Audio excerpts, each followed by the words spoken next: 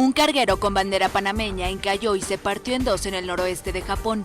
Los 21 miembros de la tripulación, chinos y filipinos, fueron rescatados.